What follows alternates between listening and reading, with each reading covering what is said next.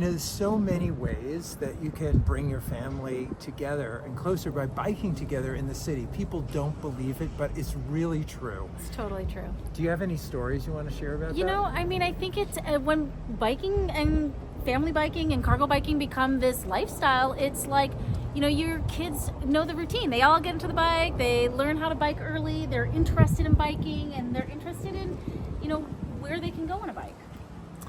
I have this one story that was just great. Is when there's 5 years difference between my eldest, my son, and my daughter.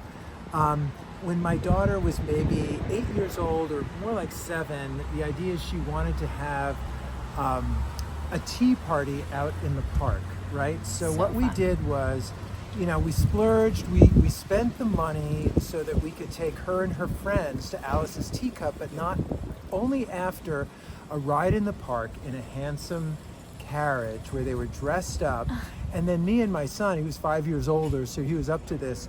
We had these like horse heads on poles, plush horse heads on poles, and we put them on our bikes, so we were riding alongside the actual horses, but we were on our bikes because, you know, he wanted to be a part of it. Even though he was older, he was like, he was grown up, he was like one of the people on the horses, and like it lets kids narrate the script a little bit more than they would when it's just like, get in the car, buckle your seatbelt, and or get on the subway and don't talk to anybody, right? You know, you have this different interaction. I actually do have a funny story. I put a camera on the front of my bucket so that I could capture the conversations between me and my daughter and my 2 daughters together, and it was really cute because my one daughter, she was like, you know, I have a confession, I don't always listen to you, Mom. And you're just like, I got this on camera. And then it was, hey, you know, sister, let's have a dance party. And you had these stages of this conversation that you may not have had if you were in any other mode of transportation.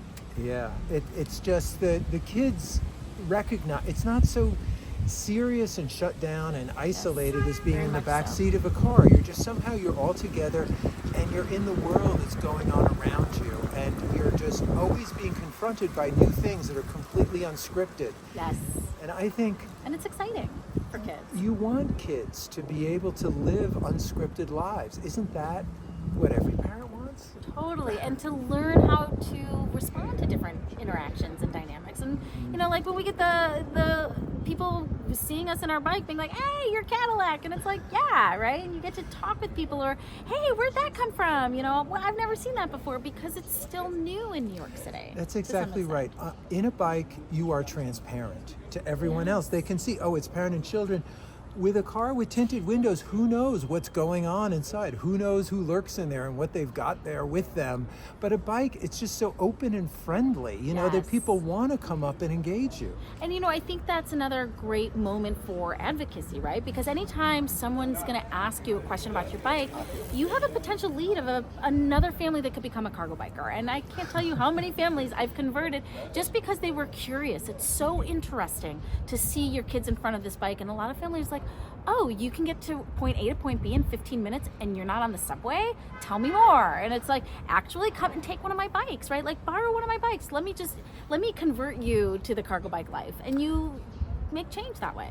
You are a true evangelist and totally after my own heart, because that's what I say when I go and speak to groups of cyclists. I say, cycling is your ultimate urban transportation hack. No car parking, no car insurance, no car gas, no car tickets, no car traffic, you know, all the waiting in line, all of that stuff. And it's good for your health, it's good for your mind, it's good for the environment, right? Like, it's a win-win. Yeah, absolutely. Nothing better. Yeah, and you can do it year round. This is another thing. Oh, I get a lot of pushback on that. Oh, but what about in the winter? And it's like, well, that's what coats are for. Like, get yourself a heated vest. Absolutely. Out you go. Yeah. So...